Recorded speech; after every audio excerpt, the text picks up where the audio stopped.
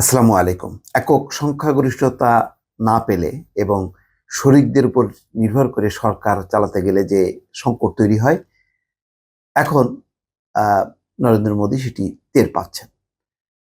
কেবলই শপথ তিনি নিয়েছেন প্রধানমন্ত্রী হিসেবে, কিন্তু এরই মধ্যে শরিকদের মধ্যে টানাপোড়েন শুরু হয়ে গেছে এবং সেটি এবার শুরু হয়েছে স্পিকারের পদ নিয়ে। স্পিকারের পদের দাবিদার শরিকরা। এটি এখনো মীমাংসা হয়নি এবং চিন্তা বাড়িয়ে দিয়েছে মোদির। খবর বলা হচ্ছে মোদির চিন্তা বাড়িয়ে দিয়েছেন চন্দ্রবাবু, শিন্ডে ও অজিত পাওয়ার। ভারতের নতুন সরকারের মন্ত্রিসভা গঠনে নিজের কর্তৃত্ব দেখিয়েছেন প্রধানমন্ত্রী নরেন্দ্র মোদী, কিন্তু তিনি পুরোপুরি চিন্তামুক্ত হতে পারছেন না। মহারাষ্ট্রের দুই মিত্র এনসিপির অজিত পাওয়ার ও শিবসেনার একনাথ শিন্ডে মোদির গলার কাটা হয়ে খসখস করছেন। সেই সঙ্গে তার চিন্তা বাড়িয়েছেন অন্ধ্রপ্রদেশের মুখ্যমন্ত্রী টিডিপি নেতা চন্দ্রবাবু নাইডুও। লোকসভার স্পিকার পদের দাবি ছাড়তে তিনি এখনো নারাজ। কি করবেন প্রধানমন্ত্রী মোদী? এই প্রশ্নের উত্তর এখন কারোর কাছে জানা নেই। স্পিকার প্রশ্নের জট খুলতে হবে 7 দিনের মধ্যে। নতুন লোকসভার সদস্যদের শপথ গ্রহণ 18 থেকে 20 জুনের মধ্যে হবে বলে ঠিক হয়েছে। 18 থেকে 20 জুনের মধ্যে। এই সময়ের ভিতরে ঐক্যমত না হলে সেটা হবে এনডিএ জোটের নতুন সমস্যা। অজিত পাওয়ারের এনপিসির হাল এবার সবচেয়ে খারাপ। মাত্র একটি আসনে জিতে তার দলকে সন্তুষ্ট থাকতে হয়েছে। সে তুলনায় শিন্ডের অনুগামী সেনাদের হাল মন্দের ভালো। মহারাষ্ট্রের মুখ্যমন্ত্রী একনাথ শিন্ডের দলের কাছে রয়েছে 7 জন এমপি। দুই দলকে এক করে স্বাধীন ভারপ্রাপ্ত প্রতিমন্ত্রীর বেশি বরাদ্দ করেননি মোদী। শিন্ডে প্রতিমন্ত্রীর বরাদ্দ গ্রহণ করেছেন নিমরাজি হয়ে।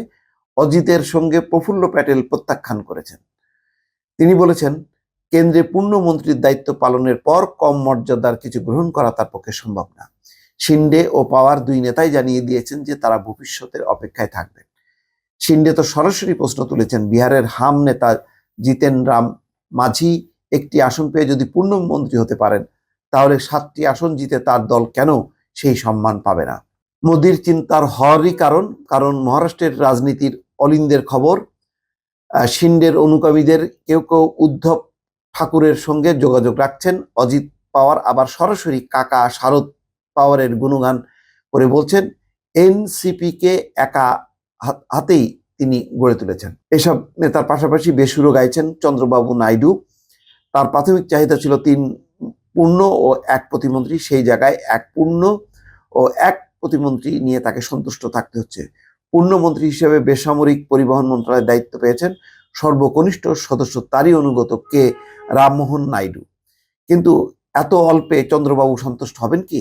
বিশেষ করে তারই দলের প্রয়াত নেতা GM বালাযোগী যখন কেন্দ্রে বাজপেয়ী সরকারের আমলে লোকসভার স্পিকার হয়েছিলেন, চন্দ্রবাবুর হাতে আছে 16 সদস্য, নীতিশ কুমারের 12 সদস্য। চাপের রাজনীতিতে দুজনই বেশ বড় খেলোয়াড়। দুজনের কেউই চান না স্পিকারের পদ বিজেপির পছন্দের কারো হাতে তুলে দিতে। কারণ স্পষ্ট, স্পিকার হাতে থাকলে দল ত্যাগ বিরোধ আইনের ব্যাখ্যা সরকারের পক্ষে সুবিধাজনক হয়। চন্দ্রবাবু ও নীতিশ কুমার দুজনেরই সংখ্যা সরকারের স্থিতিশীল করতে শরিকদের দল ভাঙাতে বিজেপি দুবার ভাববে না। রাজ্যে রাজ্যে বারবার সেই কাজ মোদী শাহ জুটি দক্ষতার সঙ্গে করে গেছেন। মোদী অবশ্য পাল্টা চাল চেলে রেখেছেন। চন্দ্রবাবুকে জানিয়েছেন যে প্রয়োজনে অন্ধ্রপ্রদেশের বিজেপি সভানেত্রী ডি পুরুন্ডেশ্বরীকে তিনি স্পিকার করতে প্রস্তুত। পুরুন্ডেশ্বরী তেলেগু দেশম পার্টির প্রতিষ্ঠাতা এনটি রাম রাওয়ের মেয়ে, অর্থাৎ সম্পর্কে চন্দ্রবাবুর শ্যালিকা। অবিভক্ত অন্ধ্রপ্রদেশের কংগ্রেস নেত্রী ছিলেন পুরুন্ডেশ্বরী। কেন্দ্রে মনমোহন সরকারের আমলে দুবার মন্ত্রী হয়েছিলেন। 2014 সালের মার্চে রাজ্য ভাগের প্রতিবাদে তিনি কংগ্রেস ছেড়ে বিজেপিতে যোগ দেন। যাই হোক, এখানে এখন স্পিকারের পদটা নিঃসন্দেহে গুরুত্বপূর্ণ। অর্থাৎ স্পিকারের পদ যিনি পাবেন তিনি অনেক কিছু হ্যান্ডেল করতে পারবেন।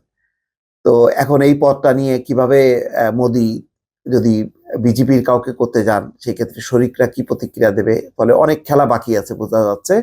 এবং টানাপোড়েন মোটামুটি কিন্তু ভেতরে ভেতরে শুরু হয়ে গেছে, এটা মোটামুটি পরিষ্কার। দর্শক ভালো থাকবেন, আল্লাহ হাফেজ।